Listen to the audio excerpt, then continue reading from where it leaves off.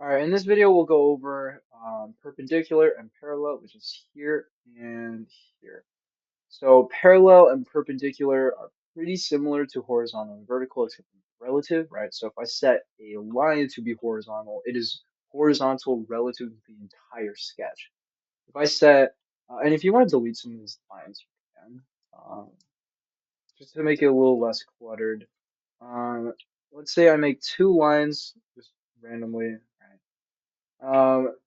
What happens is parallel and perpendicular will set them, you know, relative to each other. So if I select perpendicular, right, if I can click this or I can click Shift O, it will set a 90-degree angle between the two lines. You guys know what parallel and perpendicular mean. And then parallel is very similar. It's very similar. It's just, I set these two and I can click B, which is right here. So I can click B, and it'll set them parallel to each other.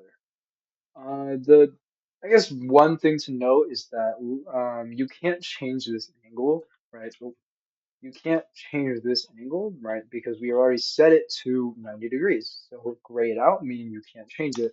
Although you'll notice you can actually change it. It will just be there. Like right here, you can change it, right? To like 93, but it'll say sketch cannot be solved. You can delete either of these because these are the two conflicting constraints. So if I delete this, it'll be fine. And then parallel, if I set a dimension between the two, instead of giving me an angle like it did here, right? If I select these two, it'll give me an angle. Unlike what happened there, it will set a distance between these two lines.